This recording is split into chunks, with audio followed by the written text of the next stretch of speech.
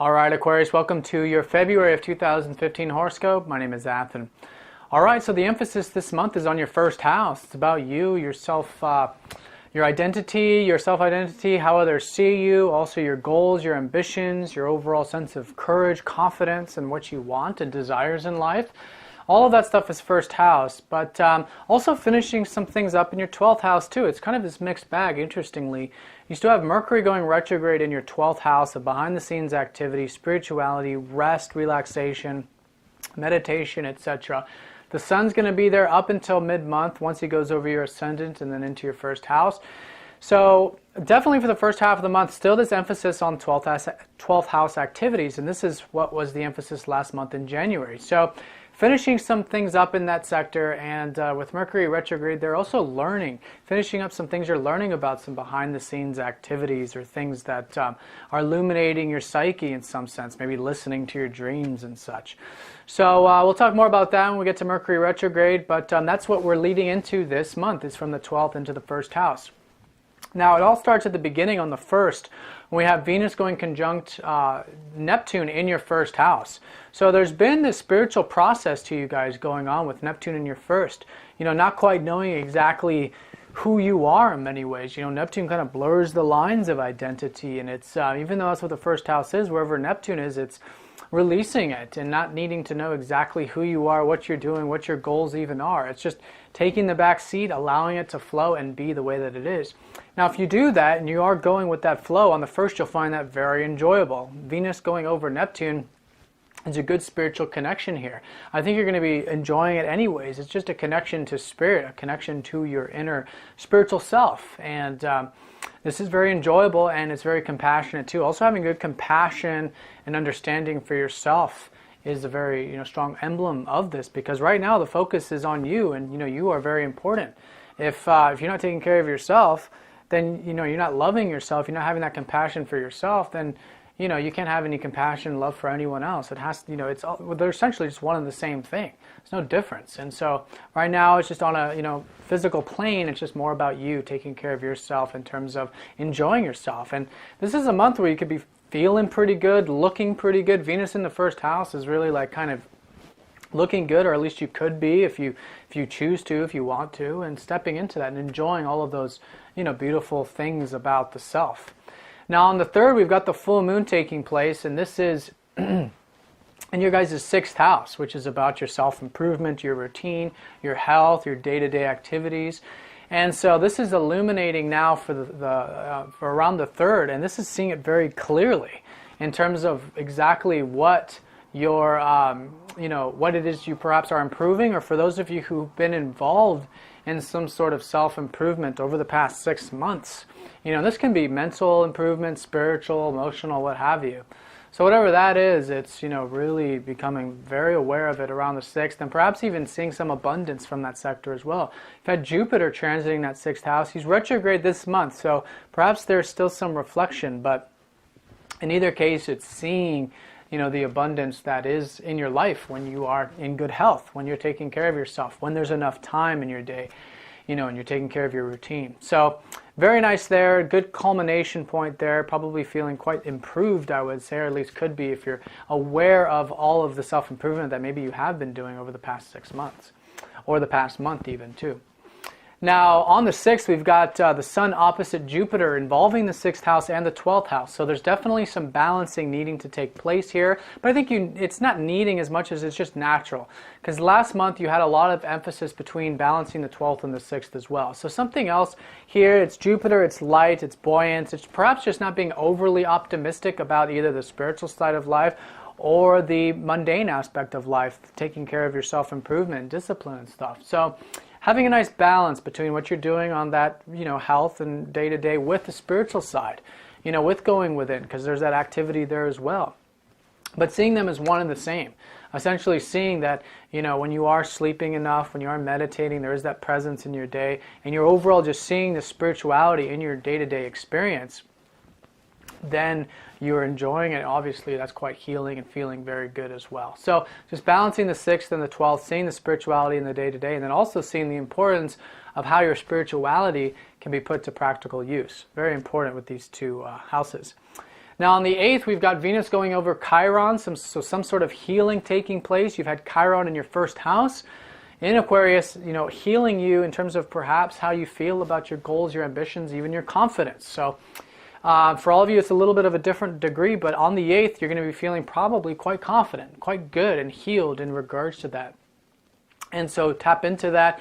Venus is there helping you really connect to yourself, connect to your goals and your values, and feeling good will definitely be a result, and very spiritual, like I mentioned too, with Venus going over Neptune earlier in the month.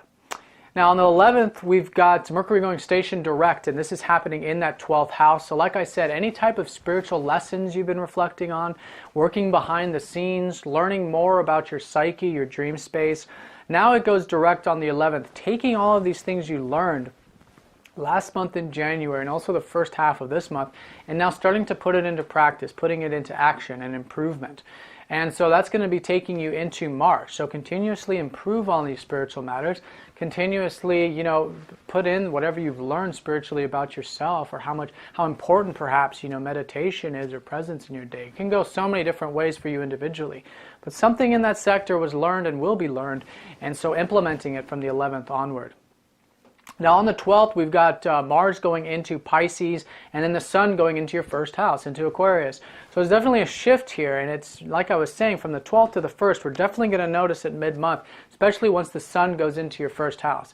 A lot of you are going to have birthdays this month and in March, so happy birthday to you. And but all in all, for all of you, it's going to be feeling good when you are, again, connecting to the self and doing the things that you're passionate about. With the Sun in the first house, it's like you come alive. It's a brand new solar cycle in your chart. And tapping into that overall vital life force energy and creative energy that the Sun provides. And we definitely feel it when it's in that first house like that. So a new cycle, new beginning in many ways for you all. Now Mars is going into Pisces, which is your second house. Now this is where we start to notice a bit of a shift in terms of what to expect in March. The emphasis for you in March is going to be strongly on your second house of resources, values, the things that you value, your sense of self-worth, your abundance in life, also finances on a mundane level, and resources. So that's what the second house symbolizes. And it all starts here with Mars going in there on the 12th, being action-oriented, really, again, this whole time period right now, it's like you're gaining this newfound sense of confidence and awareness of what you want.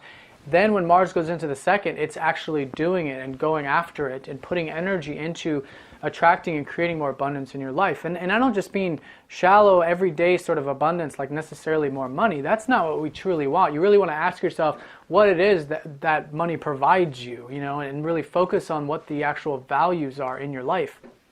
Put energy into them and cultivating them, especially from the 12th onward and into March. You'll notice that there's a tremendous amount of good energy to be used there, and it'll set a nice foundation into March as well.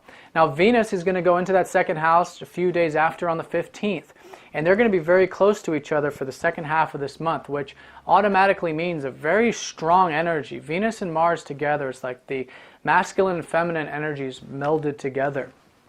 Yin and yang, very passionate. It's the enjoyment of Venus and then the strength of Mars, which you can only describe as this sort of passionate, active, energy-driven passion energy.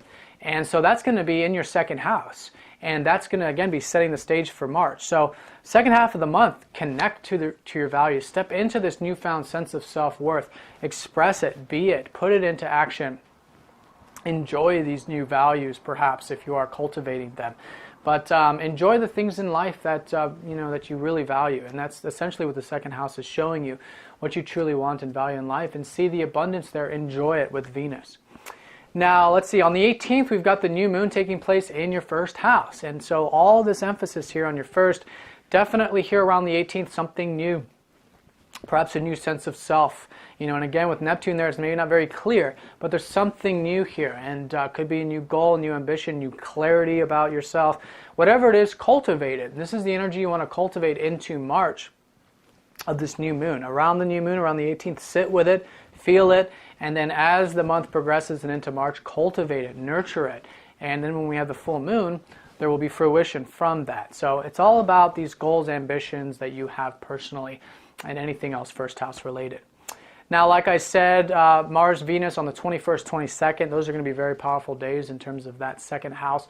And then the last aspect of the month on the 25th, we've got the Sun going over Neptune, which has to do with spiritualizing yourself. You know, like I said, with the Sun in the first house, there's this passion, this illumination, and with Neptune and the Sun coming together is perhaps seeing something very clearly about yourself you weren't able to see before.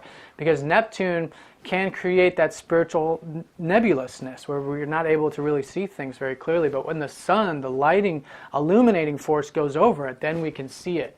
So I just have the strong sense of newfound sense of identity in some way, and it's something very spiritual, especially around the 25th. Connect to that inner spirituality, that spiritual identity. Notice how Neptune is spiritualizing you, and you guys are becoming much more spiritual in general. And by spiritual, I just mean present, compassion, you know, having peace and harmony in your life, you know, the simple life, simple enjoyments, and, you know, and everything that spirituality means to you personally. All right, Aquarius, so let's go and draw a card and see where Spirit would like a little more emphasis for you all this month. Okay, Mercury. Well, there he is. He's going to be, you know, zipping around that 12th house, and, you know, this is about exchanges. And, you know, notice Mercury there, you know, he's the messenger. It's a Kundalini energy too, because he understands, he's an androgynous. He understands both the masculine and feminine principles, which allows him to exchange and interchange. So with that in your 12th house, I think this is a reminder from Spirit to connect to those spiritual messages and convey those spiritual messages too with Mercury in that 12th house. Maybe that's what this whole Mercury retrograde is all about for you. So I think this is the message to just step into the mercurial side of yourself, learn, teach, exchange everything spiritual. And I think you'll find that not only enjoyable, but also peaceful, present, and could be very, very positive and beneficial for you in general. All right, Aquarius. Well, I want to thank you all for all of your support. It truly means a lot. If you'd like to help spread the word of Sidereal, please like this video. Please share it on Facebook and other social media. You can also comment below to express maybe the energies of how you're feeling them back in January and in February. You can subscribe if you're new to my channel. I do daily, weekly, monthly, and yearly horoscopes. And if you'd like a personal reading, please get in touch. All right, Aquarius, have a great month, and I'll talk to you next time.